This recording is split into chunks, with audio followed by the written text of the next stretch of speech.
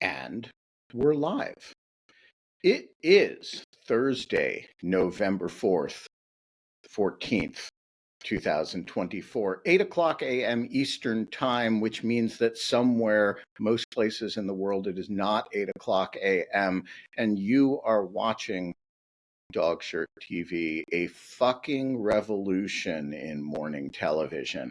I'm Benjamin Wittes, and I got an amazing show for you, assuming that some people I'm expecting show up. We're going to have the estimable Lisa Kaplan show up and talk about disinformation stuff before going off to throw axes in the morning. We are going to have a staff writer from The Atlantic show up because she wants to talk to me about Matt Gaetz. And I told her the only time I have today is on Dogshirt TV. So she will be here. And the estimable Kate Klonick may show up to plot the op-ed that she is going to work on about tech policy in the Trump administration, all of which is contingent on those people actually showing up. If not, I will just vamp for an hour because I have a lot to say. We are in the, it's not really the occupation period of American life yet, but because, of course, Joe Biden is still president, but we are in a new era, and up until yesterday, it was an era of what we were jokingly calling could be worse. Marco Rubio as Secretary of State, could be worse.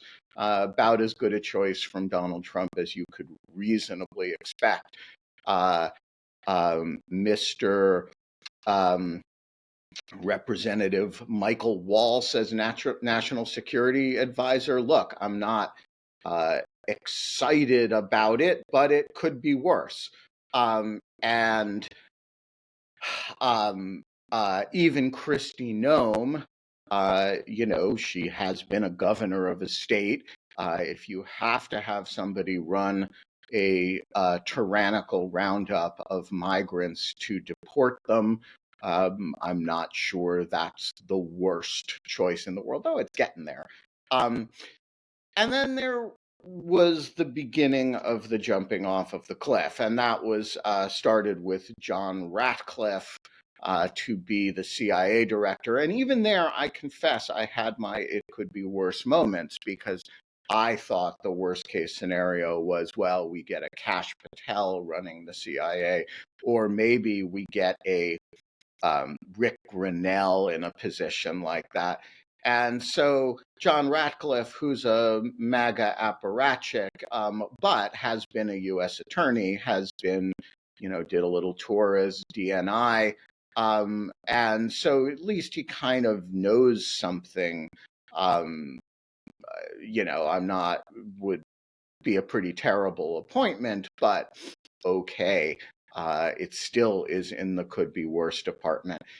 And then, as I monologued about yesterday, we had Mr. Hegseth named as Secretary of Defense. And that struck me as in a bit of a different category, because Pete Hegseth is, in fact, wildly underqualified. He seems to be an enthusiast for war crimes and war criminals, at least if they're on the American side and not woke.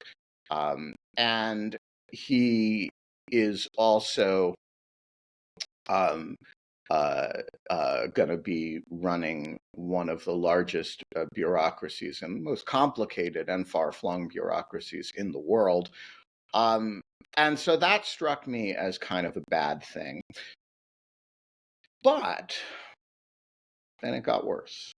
Then yesterday we got word that Ms. Tulsi Gabbard was going to be the DNI. And that, I have to say, I first thought was a joke, because who would put a woman who had met with Bashar Assad while the United States was supporting the Syrian opposition in a position where she was going to receive the most sensitive information that we had. She was going to be responsible for overseeing the deployment of our major intelligence resources and for directing intelligence gathering priorities, and as well as for briefing the president, which of course is a uh, uh, that has a it's supposed to be an apolitical function.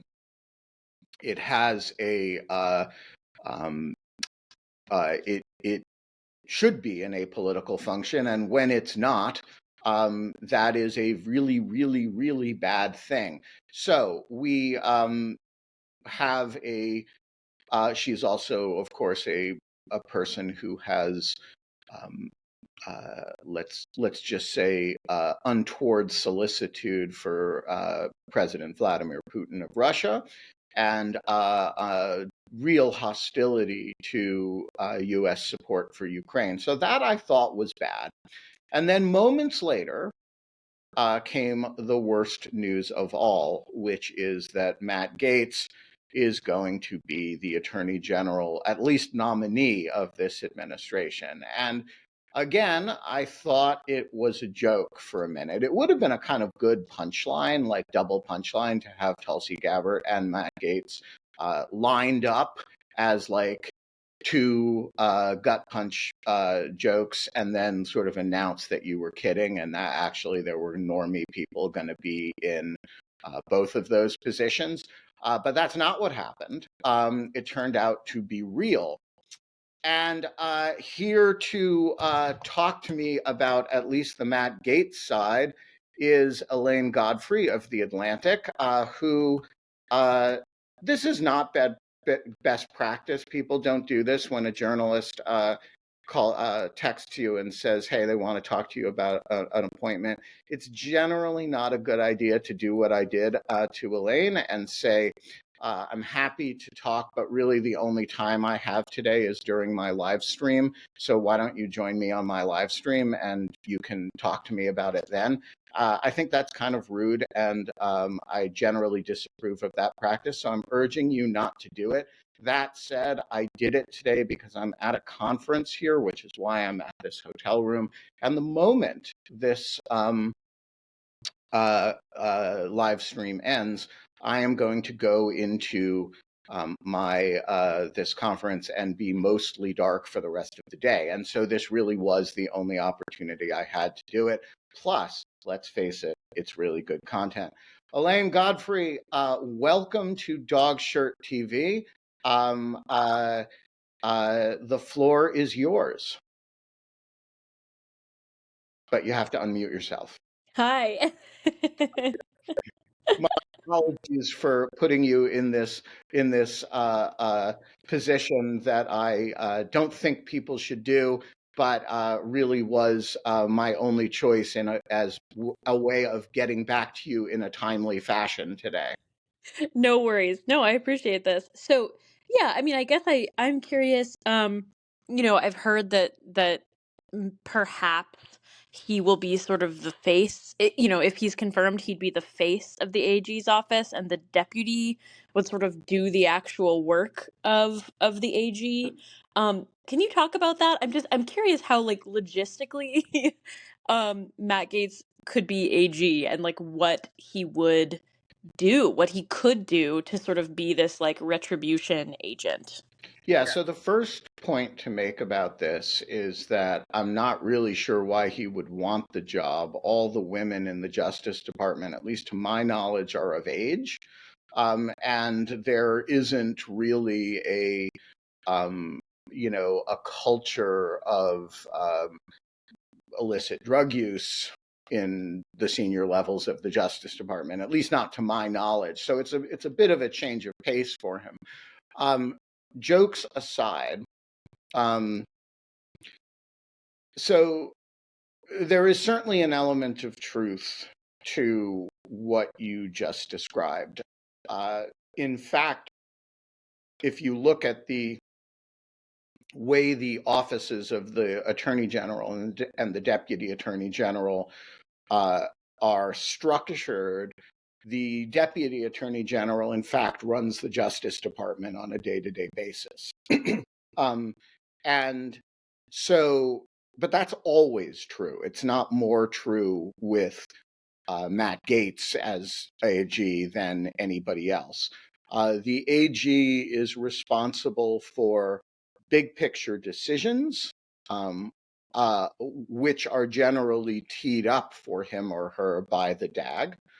So if you, and by the way, the DAG's office is much, much larger than the Attorney General's office. So if you think about it in normal times, like say the next 3 months, where you have a figure of considerable stature and repute, i.e. Merrick Garland, who is the Attorney General. He has a small office, probably about like 10 or 15 people, maybe a little smaller, that is responsible for making decisions that are, and for supervising certain set of things, or all things really.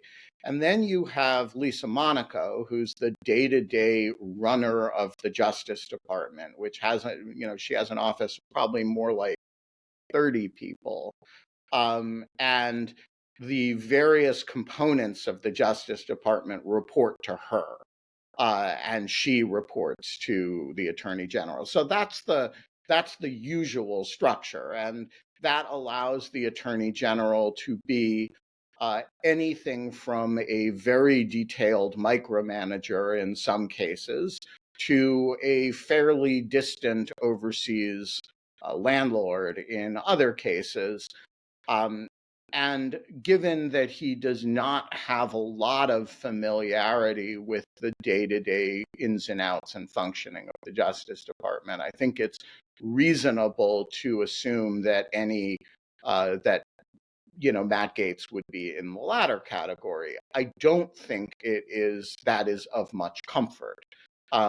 Because first of all, it puts a lot of question on who the Deputy Attorney General is. And secondly, the AG does provide a general sense of direction, and that direction can be salutary, or it can be awful. And so to say that, well, he won't be running things in a day-to-day fashion, or he might not be, is not really to answer the question of how things will be run in a day-to-day fashion. It's merely to say that somebody else will be doing it. Moreover, the president can be relied upon, as he has done in his first term, to call and make demands on a regular basis. And whether Matt Gaetz is running things himself or deputizing things to, say, Todd Blanche, who's been rumored to be a possible Deputy Attorney General, those decisions, the real question is whether he can or wants to hold the line against presidential demands on the Justice Department, and there really is no evidence there that he does.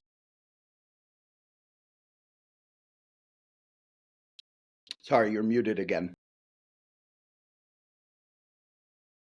No, I mean, it's not. So you seem to be responding to something that I haven't heard, which is that it'll be okay because he won't be involved in the day-to-day running of it. I'm not privy to this. I wasn't up all night reading this, but I did read a fair amount. And I think the main thing that I was seeing is that this was some type of political move to block the kind of the decision, or not the decision, but to block the report that's about to come out, the ethics report. So to remove jurisdiction from him. And so that this was some type, not a serious thing that the Senate was going to pass, but this was a way of basically and that also the count basically came down so that the amount of time that the Senate has to, that the House has to replace his seat and appoint someone new it was like the last day that he could do it before the new round of swearing in. And so like I guess my question is, are we really taking this? I mean, anything's possible. He'd be absolutely incompetent. There's no question about it. It would be devastating. But and I have no hope for anything other than that if it goes through. But like, are we actually thinking that that's what this is? I've also heard that he's like a trial balloon, is like this radical candidate, like in a Harriet Miers type of way, so that the next person that comes through looks very reasonable and does get confirmed. Yeah. Look, all that's possible. So first of all, I take the presidency seriously enough that when the president announces a nomination, particularly when that person then turns around and resigns his seat from Congress in anticipation, and you're right, that does deprive the ethics committee of jurisdiction. But look, I think you have to take it seriously. He's got a 53 seat majority in the Senate.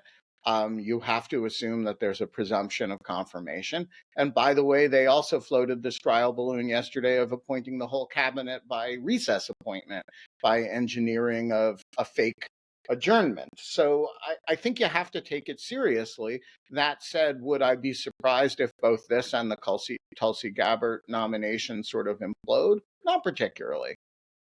So, but wait, Kate, before we continue, I want to answer Elaine's question because she's working on a piece about this for The Atlantic, and then we can turn to your op-ed. Elaine, you got to unmute yourself though.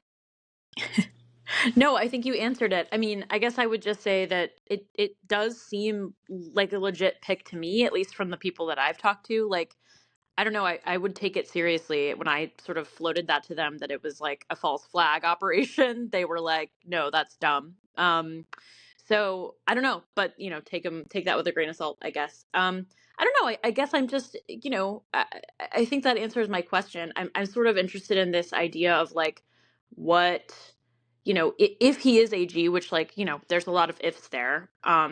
Just like what that chaos would look like. Like there's just there's so many people saying it would be chaos. I guess I just, not knowing anything about AGs and the Justice Department really. Like, can you give me some examples of like what that chaos is? And then that's it for me. Yeah, so there's I would say chaos is not the word I would use. The Justice Department is never that chaotic in the sense that it is like all big bureaucracies, it mostly runs on autopilot. It mostly runs from the ground up, not from the top down. So the FBI investigates something, right? It produces evidence of what it thinks is a criminal matter. It goes to its assistant U.S. attorney in whatever jurisdiction. They decide whether to make a case, right? Most things don't start from the top down. They start from the bottom up. That said, so my concern, frankly, isn't about chaos. My concern is about malevolence and about the erosion of and ultimately destruction of the norms of the department and the expectations of the behavior of the department. So let's talk about three areas that I think you could reasonably expect this to happen. The first is maliciously generated investigations of president's political opponents. I would not worry here about Joe Biden, who the Supreme Court has just said is immune. But I would worry about people who are, I don't want to name people, honestly, because I don't want to give people ideas, but the president has run around, or the president-elect has run around announcing that he wants investigations of people X, Y, and Z. And, an attorney general can be passive aggressive about that and not do those things, like, for example, Bill Barr mostly was. There were some exceptions to that, but certainly, you know, there were. Or you can be really active about it, right? And you can start a lot of investigations that have no merit. And this would be, for example, the Durham investigation, that have very little merit other than the name of the individual that you're looking at, right? Or the name of the subject that you're looking at. That's the malicious side. The second side is internal, let's say, not criminal investigations or even civil investigations, but internal administrative garbage, like relative to rooting out people who, say, worked on the classified documents case or worked on Jack Smith's investigation, or more importantly, maybe those in the investigations within the Justice Department that led to those. Those could be done quite invisibly, to be honest. And that's similar to the kind of purge that went on in the FBI in the first administration relative to the Russia investigation stuff. So think about internal investigations, firings, and, you know, again, the more that this involves career people rather than political appointees, the more toxic it is. The final area is policy matters. There's a whole lot of areas where the Justice Department has really important policies that protect people's civil liberties. A lot of them are not written into law. They're just kind of expectations. One of them, for example, is the idea that you don't take steps for political reasons, investigative steps for political reasons. You could do violence to that principle pretty easily, as a lot of Republicans believe have already happened to Trump, which I don't believe. But, you know, if you respond to the fake example with real examples, you've really done some damage. And then the final thing that I will just add is that there is the personal stuff.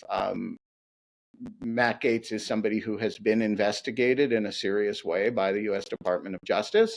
He is not an indicted criminal, but he does appear to have engaged in all kinds of activities that warranted serious federal investigation. And there's something spiritually damaging to the institution about putting somebody of very low morals and minimal legal compliance in charge of the institution. And so I would think those are the major categories, and each of them warrants a very extended discussion in its own right. That's great. Thank you so much. Yes, my pleasure. Good to talk to you. You too. All right, Kate. The floor is yours. Let's talk about your idea for an op-ed and what you're thinking about. Yeah, I wanted to just kind of chat about, well, I'm actually like that. I'm glad that we started with the Matt Gaetz stuff, because I was going to ask you about that, obviously. Yeah, I don't know. I find it, I don't know. Maybe there's every reason to take it seriously and everything else. I just like, I think most of all, I find this not a job he would want. Like, and I think that part is like slightly compelling to me. Like, but maybe I'm not. Maybe I'm wrong about that. Maybe he would love the idea of being attorney general. It's like some type of like king position for him. But I don't know. You know, so one of the questions there is whether, you know, like, I'm not sure we've ever had an attorney general who's like the principal attraction of the job for whom was as a troll. Or like, not just a troll, but to escape his own legal issues.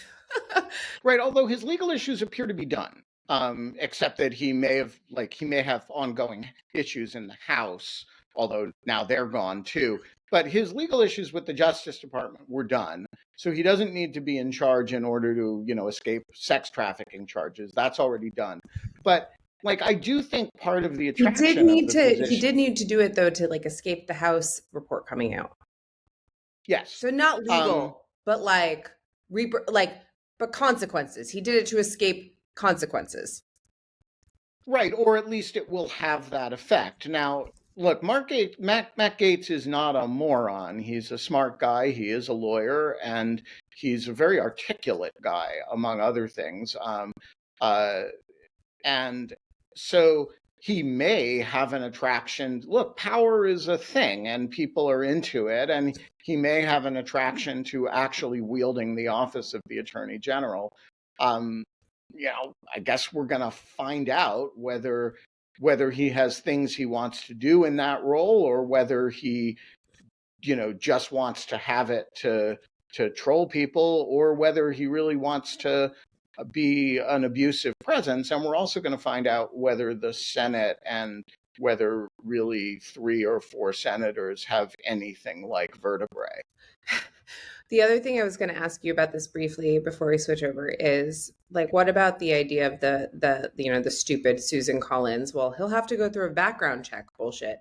It seems like he wouldn't pass a background check. Does that actually matter? Are background checks required, or are they just informative for the purposes of votes?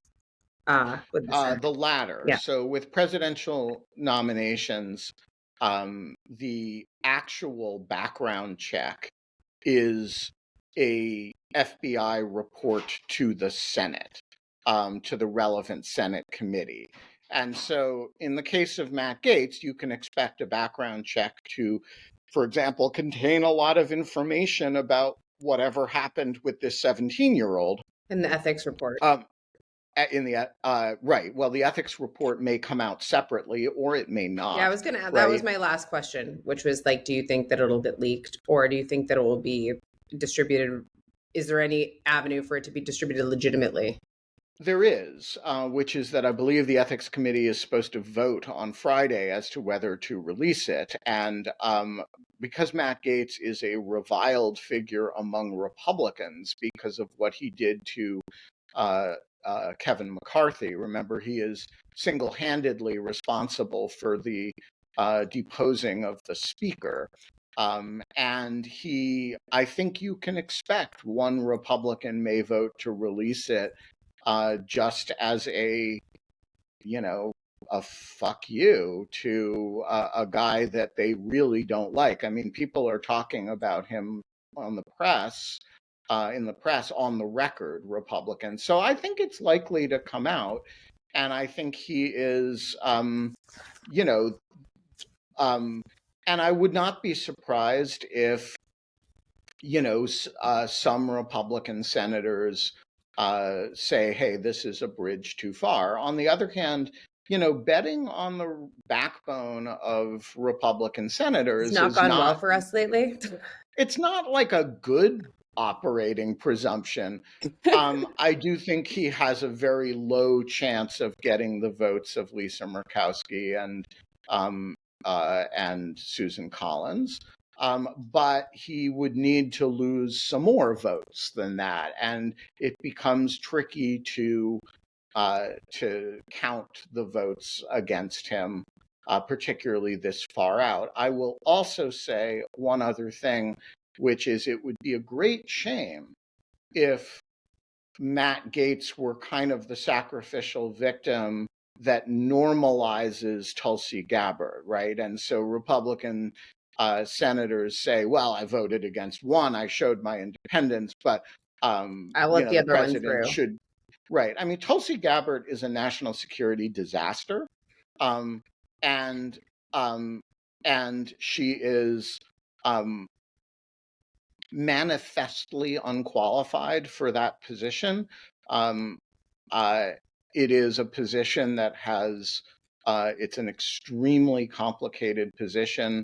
The person who is now in it, Avril Haines, is one of the finest public servants in the U.S. federal government at the senior level. She's just a remarkable mind and administrator. And, the idea that you would replace her with somebody who, does the kind of flirtations that Tulsi Gabbard has done with Bashar Assad and Vladimir Putin is, that is going to be as upsetting to members of the intelligence community who take national security seriously as Matt Gaetz is going to be to the Justice Department. And I think it would be very upsetting if the idea is the result is you can get you can show your bona fides by opposing Matt Gaetz and then confirm the rest. Okay, so last question really quickly, and then we really do have to make time for this. But what about the idea of it just being the pure loyalty test thing? That this is his trial balloon generally to test where people stand and then punish them accordingly. I think there may be something to that. I also think that there is the element of this as reward for pure loyalty, right? Matt Gaetz may be, a dead man walking in the House because of the pending ethics committee report, but you can show him and show all of MAGA that you will stand by your people by nominating him. And by the way, if the nomination blows up, oh, well, there's the next person in line, but you do show the flag and you also make a statement to the John Thunes of the world in the Senate. What are you willing to put on the line in order to make me happy? Yeah, great. Awesome. It's really fun to see this like blood oath shit play out in, our hollowed institutions that are supposed to actually be doing shit to help the American people, and instead are wasting time. That's where they should play out, Kate. I mean, you don't want it's all content. It's all reality TV. And the question now is whether Matt Gaetz, gets voted off the island, or whether his own people betray him, and whether or who gets the rose from the president. It's all just content. Yeah, that's like we're all influencers now. Yeah, this is like John's take on all of this. Is like, why did you ever believe politicians would be anything other than self-interested megalomaniacs like that? Like, just. Why do you ever think government will be good? And I'm like, okay, libertarian, crazy person, go back to your like hidey hole of like sharpening your pointy sticks and like stockpiling your like canned goods like in your basement. But all right, let's talk about your piece. Yeah. So I don't have What are you thinking about? I don't have a piece yet. I just think there should be a piece. And maybe it's not even a piece. Maybe I just kind of want to have a smart conversation with smart people about how to think about all of these valences of power relationships, as we were talking about yesterday, around Elon. That like the center one I'm most interested in exploring is basically like this new partnership between Elon and Trump. And so like maybe a way to think about this, and I just pulled a piece of paper up, like a literal piece of paper, because I can't share like a specific thing, and I'm not going to share my whole screen right now.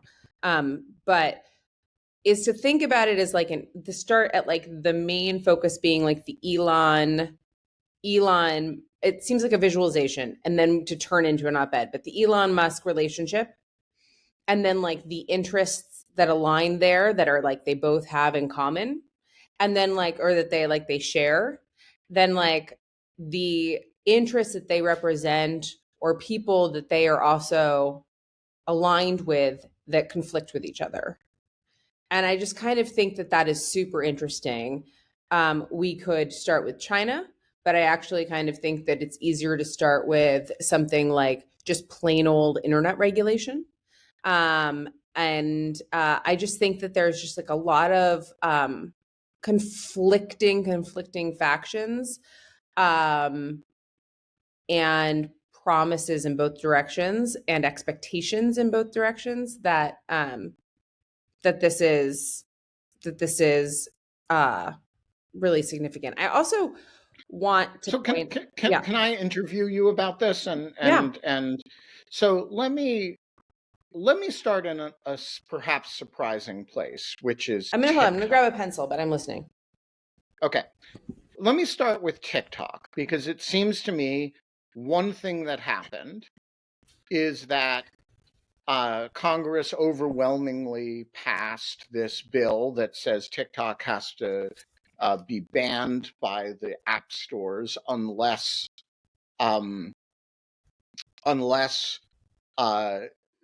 ByteDance divests it by a certain date. I don't remember what the date is, it's but like it's January shortly, 25th or 27th. Yeah, or something. Shortly after Trump comes in. Yep. And which they're not going to do, by the way. They will never. Which divest. They're not going to do. They're going to pull TikTok out of all of the United States if it comes to that. Right. So here's my question. Right. The president, as Alan Rosenstein articulated in an excellent lawfare piece that you should all read, does have a certain amount of wiggle room to declare that a divestment occurred, even if it really didn't. Yeah.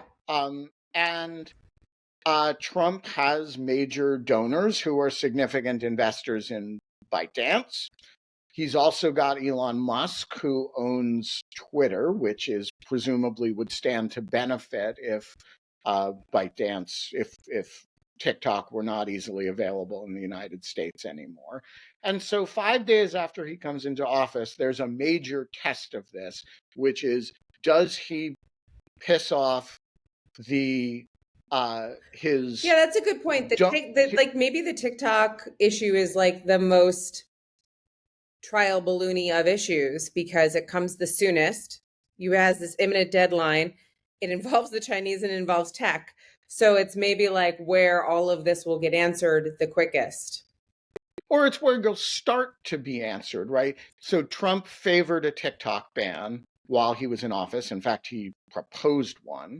And then during the campaign, he opposed the law, apparently because he'd had breakfast with some investors in ByteDance. And of course, Elon Musk would presumably benefit from having TikTok gotten rid of. It's a competing social media platform that's doing really well. And so I think it's like this early moment where the thesis that has he said, I can't remember, has Elon said how he feels about the TikTok ban? I don't know. I don't think so. But just objectively, I know, but if you get rid of what's become the market leader in the youth, video dancing, small video thing, presumably all the other platforms No, you're wrong. Stand to benefit. He's come out against the TikTok ban. Oh. And what reasons has he said?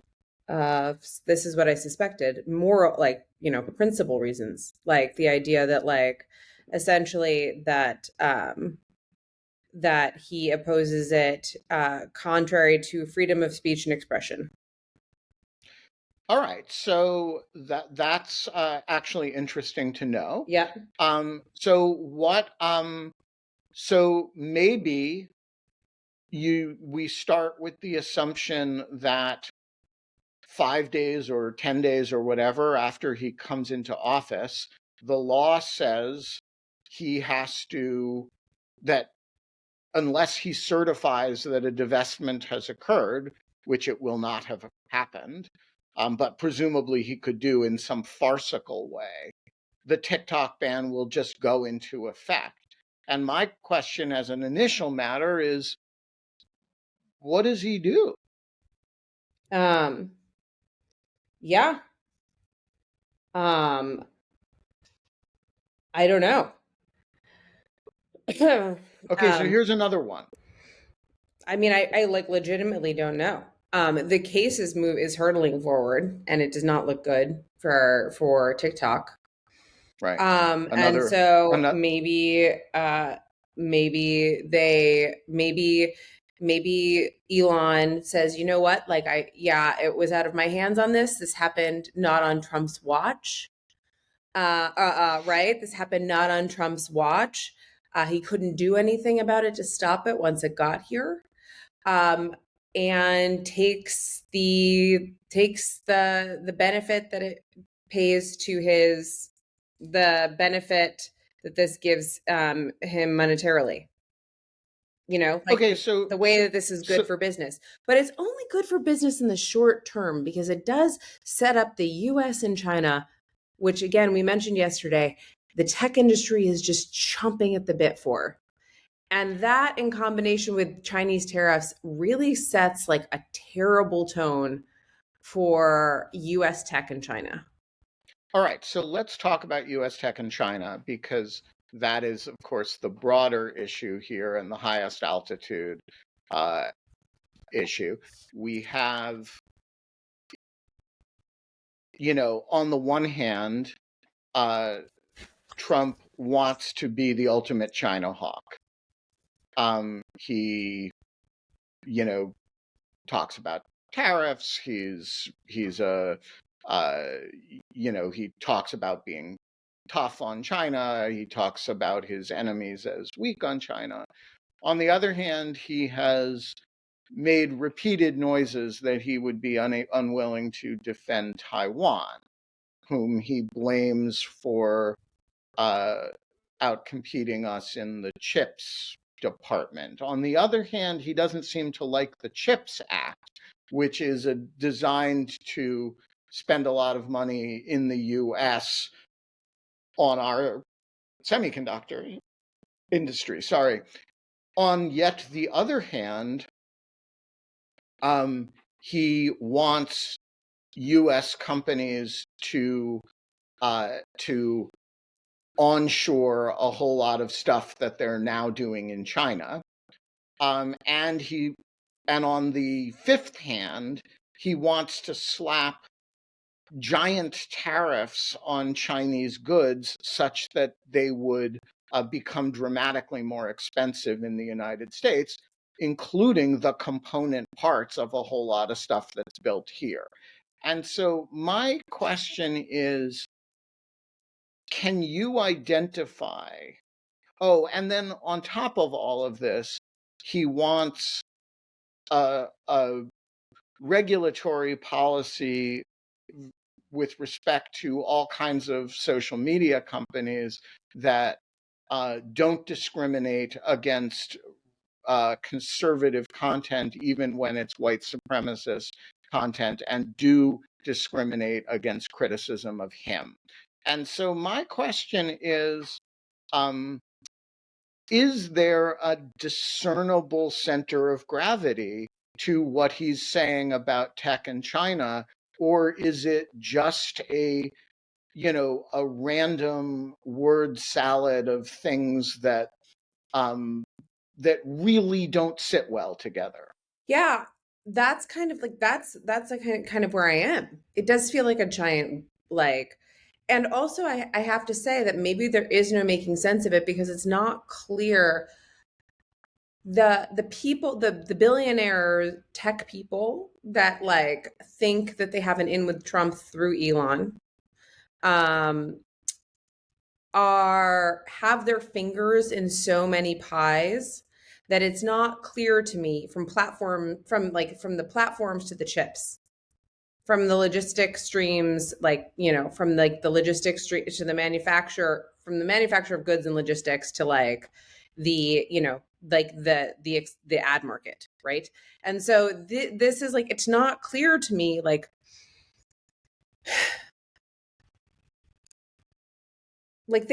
there's one part in which a lot of these companies, Facebook, Amazon, Google, would love to start more above board doing business in China with their platforms, with their customer with their Facebooks and their whatever.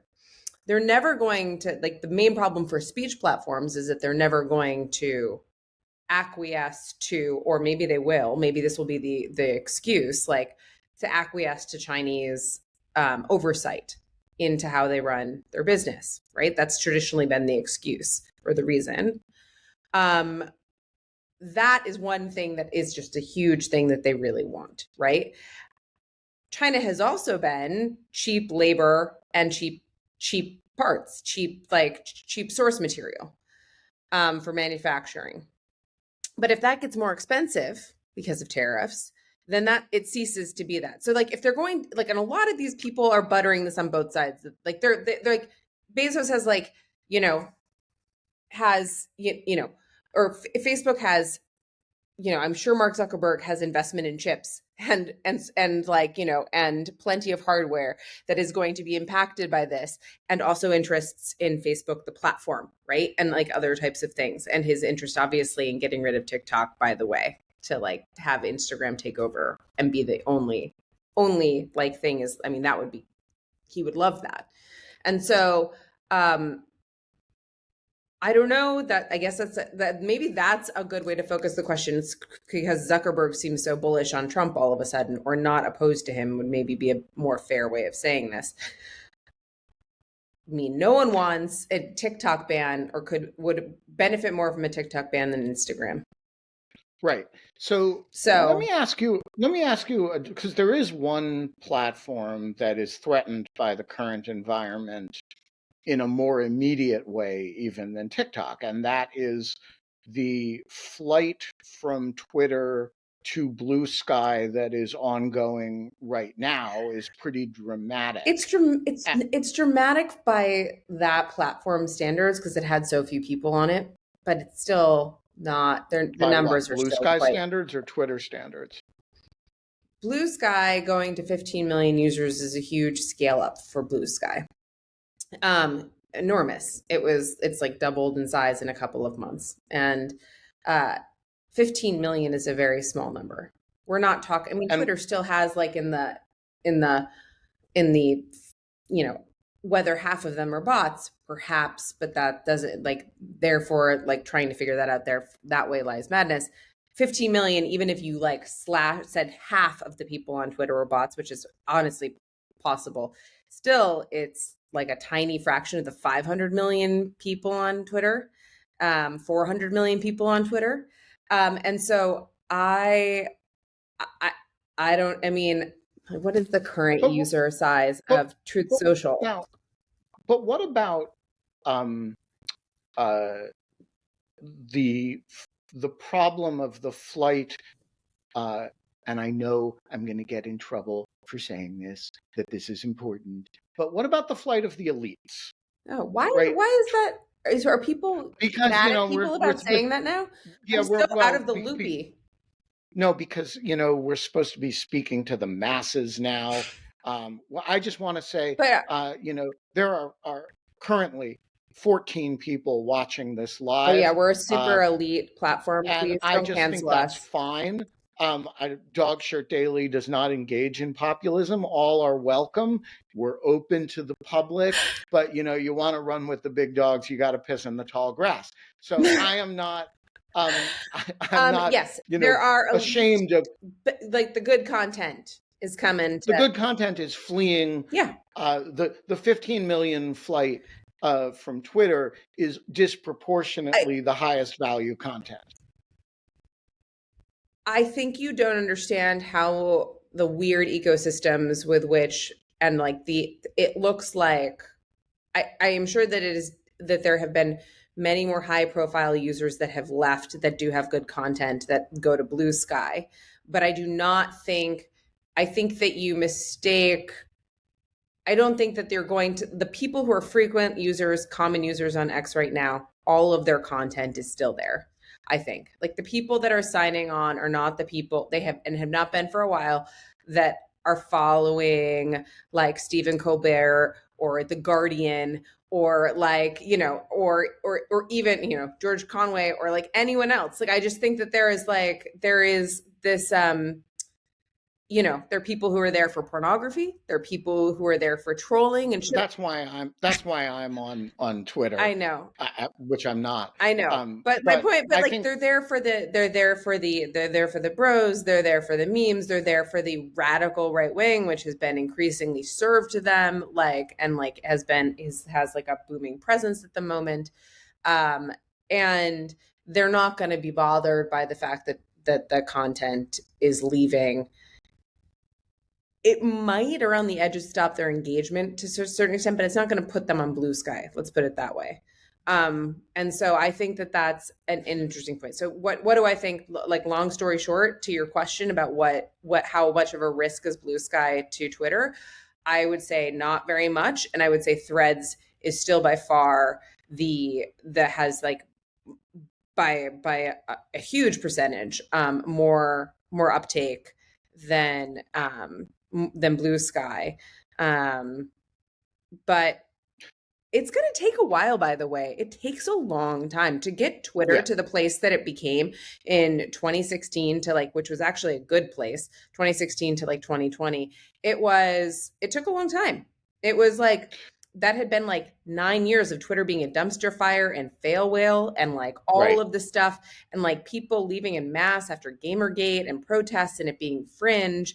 Like the mainstream, like it only became not weird to kind of like have a news clip about what someone was tweeting on NBC nightly news, like circa like 2018, honestly. Like, I feel like that, like until then, it was kind of still like, oh, like we really have a president who's just like tweeting from a real Donald Trump account. Like, you know, I mean, you know what I mean? So like, anyways, I guess my point is that we very quickly forget how long these things take and normalize, and 15 million is just not, it's great. It's like, for me, it's like a much better alternative, but I do not think it is a long-term solution. All right. So let's talk about, we've got 8.5 minutes. Let's talk about this op-ed. What are, other than the TikTok ban, you know, U.S. policy tends to be made in response to decisions that have to be made somehow. So we've got a TikTok thing coming down the pike.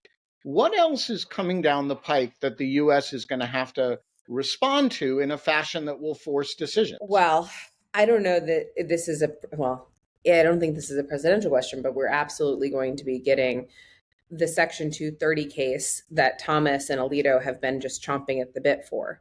So in the, if people remember and have been following along with Lawfare's coverage of all of this and everything else, there were a number of cases two terms ago, like a term, one was Gonzalez v. Tomna, Gonzalez and Tomna. That were a combined case, and one of those cases was a Section 230 case that was really poorly situated in terms of question presented, and was like mired in kind of a lot of aiding and abetting terrorists, and then like also like kind of causality issues with torts generally.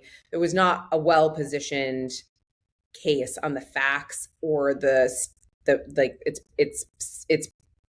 its procedural kind of valence with it by the time it came to the court. But they had taken it, and we all kind of said this at the time. Like, I think I said this with you on a show somewhere, that like, I think that this was a mistake. They thought that this was the 230 case that Thomas had notoriously asked for in some of his dicta writings, and it wasn't. And so they kind of punted. But now what's happened in the interim is that we have a circuit split between like the Ninth Circuit and the Third Circuit about essentially the contours of Section 230 and how much immunity it gives tech platforms. And in the last few years, starting from Section 230's beginning, like it just was broadly, as we know, broadly interpreted by the courts, covers everything, essentially, almost everything, right? That like is hosted on these platforms. But starting with Lemon v. Snap and starting with some other kind of decisions, there has been a move towards kind of seeing the design role that the design and the product role that the platforms play in serving certain types of speech to users as presenting a different, as being their own speech, as to be exempt from Section 230 intermediary protection. So that means that like it is starting to look as if we are kind of going to start clawing back some of the broad protections that Section 230 has given to platforms, and maybe there will be more huge tort litigation coming down the pike of kind of like, why Snap did you make a filter product that like looked at that you can hover your phone over like your speedometer and have like an instant like speed challenge with anyone on the internet, and you do this with 16-year-olds who don't have like hindbrains, or who are like hindbrain creatures and don't have enough prefrontal cortex development, and so they're going to get into kill themselves in car accidents playing this. Okay, but I want to focus you on this. Yes, sorry. So let's say this case comes before the Supreme Court, and it's, say, the first or second year of the Trump administration. So this will not be a case in which the United States is party, but the Solicitor General will be asked for his or her views. It will be his, I'm fairly sure. And so the Trump administration will weigh in on the contours of 230 before the Supreme Court. It will be a very professional brief written by the Solicitor General's office. It's not going to read like Donald Trump, but do they take the position? Or will it read like Matt Gaetz? No, because there'll be a Solicitor General and it'll be a well-staffed office, as it always is. Okay, but there will be the result, one way or another, is does the Trump administration take the position maximalist 230 protection, which of course will help Elon, will help various magnates who the administration has suddenly found are its friends? Or do they take the position, fuck big tech, because they discriminate against Republicans and don't discriminate against, our enemies? What's the posture of a Trump administration? I don't know. He literally has executive orders trying to rein in 230, and but his new friends are like, I mean, and maybe this is like Elon's whole like enchilada for like having an interest in Trump to begin with, for being a Trump ambassador, is this one issue. Okay, so here is your op-ed. Okay. We've just constructed your op-ed. The 5 issues coming down the pike that we have that will define the Trump administration vis-a-vis big tech. And guess what? There are massive conflicts in all, with respect to what he's said, who his friends are, what his apparent instincts are with respect to all of them. So there's chips, there's TikTok, there's Section 230. You make a list of 5 or 7 of them, and you simply highlight, like, we have no idea what Trump's, like, he's been on both sides of every single one of these issues. He says one thing, but his closest allies have very strong interest in the different direction, and merely pointing out the radical uncertainty across 5 or 6 of these issues would be an just do those 3: chips, TikTok, and Section 230 are like kind of enough for 1,000 words. It totally depends whether you want to go deep or wide, right? You could identify 10 of these areas and have 2 sentences on each, or you could do 3 and have, a paragraph or 2 on each. But the point is just showing that on the biggest issues of the day with respect to big tech, we literally have no idea where he is, and probably because he doesn't either. That's the op-ed. All right, we are going to leave it there because it's 59 minutes and 30 seconds into the show and we end on time, and I have a conference to go to, and Kate has an op-ed to write. We will be back tomorrow, 8 a.m. Eastern time, which is what time in Paris, Kate? 2 p.m. Yeah, so join us at 2 p.m. Paris time. Maybe we'll do an interview with The Atlantic again. Maybe not. But I can promise you some shit will happen today that we're going to talk about. That's the new official sign off. Talk to you later. Bye.